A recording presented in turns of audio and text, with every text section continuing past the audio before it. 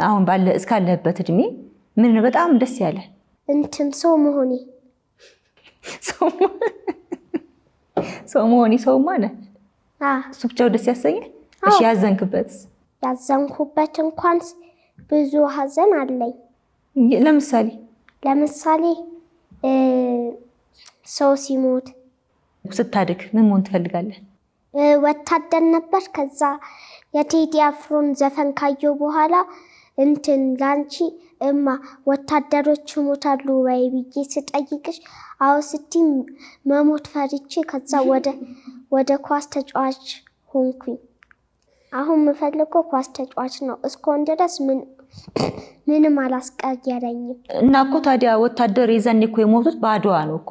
የአድዋ ጊዜ በዛን ጊዜ እንግዲህ ወታደሮች አንዳንዶቹ ይሞታሉ፣ አንዳንዶቹ ደግሞ ይተርፋሉ። ሳዲያኔ እኮ አንድ ነፍስ አለኝ።